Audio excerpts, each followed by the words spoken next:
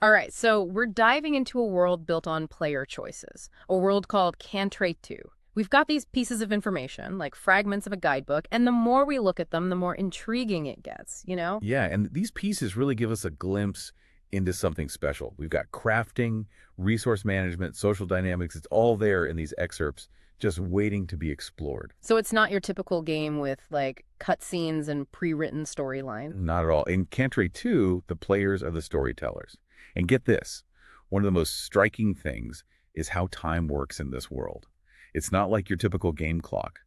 20 real-time days equal a whole year in Cantr 2. Wow, that's fast. How does that impact the gameplay? Just imagine the realism. Characters age rapidly, resources are constantly in demand. It creates this incredible sense of urgency because every decision has weight.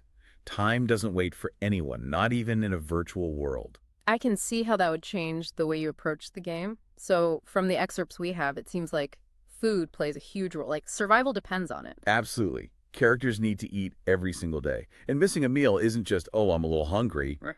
It's a serious threat to your survival.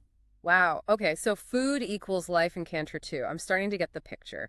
But it's not just about, like, grabbing a quick bite, is it? I vaguely remember something about food having other uses. You're right, some foods double as healing items. But here's where it gets really interesting. There's an automatic eating mechanic. At a set time every day, your character will eat whatever food item they have available. Wait, so no choosing when to eat? That's intense. So now you're not just managing resources, you're managing them against a clock. Exactly. Picture this. You're about to close a deal, a major bargain in the game, but your character is starving. What do? Do you risk it all or scramble for a meal, potentially missing out on a golden opportunity? Man, my head's already spinning. This isn't just a game, it's like this high-stakes balancing act. And I have a feeling we've only just scratched the surface of what makes Cantr Sexo so captivating. So we've got this world, right? Time flies and every calorie counts. But what about building stuff? What can you tell us about crafting in Cantr Second? Well, based on what we've gathered, it's surprisingly diverse. Right. I mean, you can craft weapons, clothing, even furniture. There was one excerpt that mentioned a rattan stool, of all things. A rattan stool. That's pretty specific. It really makes you wonder about all the different things you could create and what those creations say about the players making them. Exactly. And, even the recipes themselves offer some pretty interesting clues. For instance, stewing meat and vegetables requires a rather unexpected ingredient: dried dung. Wow, talk about resourceful. It's like they really thought of everything, using everything at your disposal. Right. And then you have something like baking pretzels. Seems simple enough, but it makes you think about the in-game economics. How easy is it to get flour and salt? Are pretzels a common snack or some kind of luxury good? Suddenly I'm picturing marketplaces, players bargaining for wheat.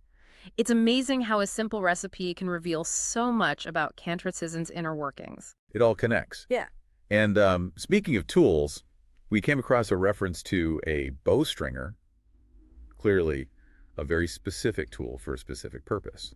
Then there's the scythe, which seems way more complex to create. It's like there's a whole ecosystem built around crafting in Cantr 2, with players specializing in certain goods or tools, adding another layer to that player-driven society we were talking about. Absolutely. And it all comes back to that core concept: player agency. You choose your path, you develop your skills, and those choices determine your experience in Cantr 2. Which leads us to, I think, one of the most fascinating things about Cantr 2, the social fabric. It's not just about survival, it's about how players interact and build a society from scratch.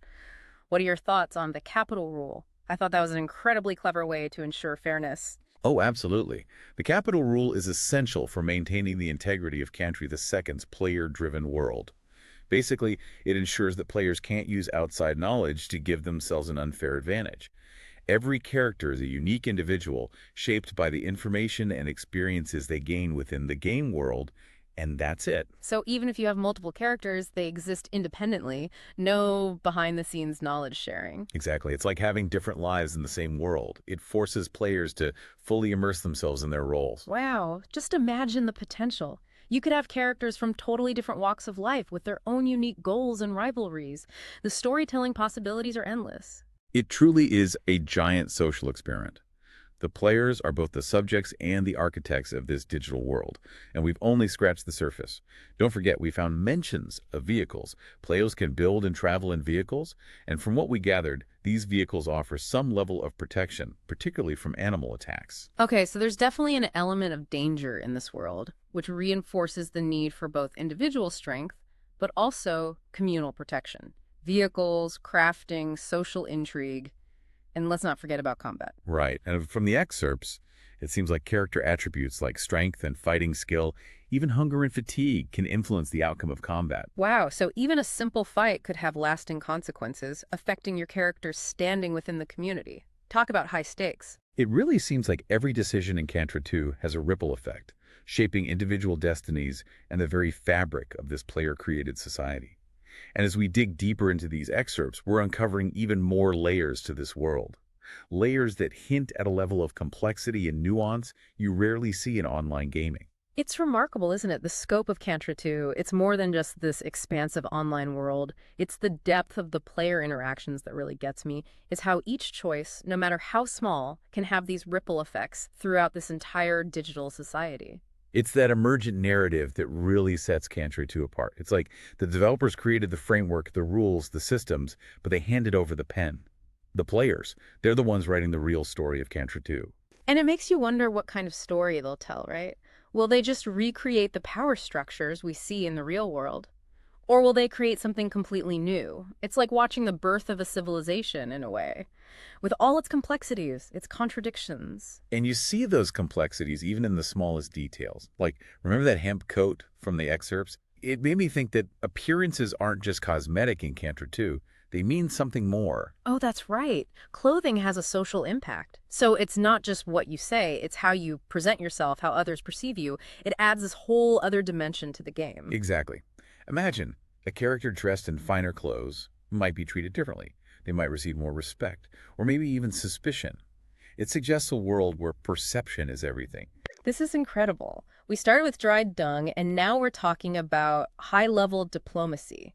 It's amazing how these seemingly random elements, the crafting, the resource management, the social dynamics, it all comes together to create this incredibly rich and dynamic experience. Don't forget about the mystery, too. Remember those cryptic mentions of a 4-day rule? Like, we know there's combat, we know there's this complex social web, but then there's this whole other layer of information control we're only just starting to uncover. It's like we've been given a map, but there are all these areas that are still blank, uncharted. I don't know about you, but I'm dying to know what else is out there.